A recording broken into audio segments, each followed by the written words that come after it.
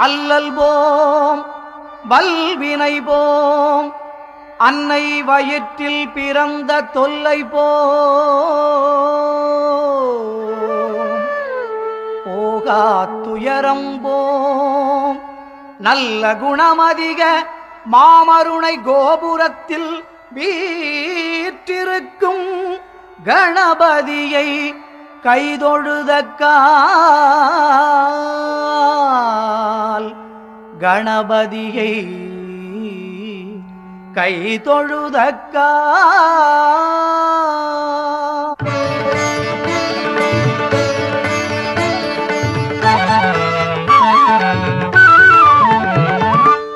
சீதக்களப Senthamarai boom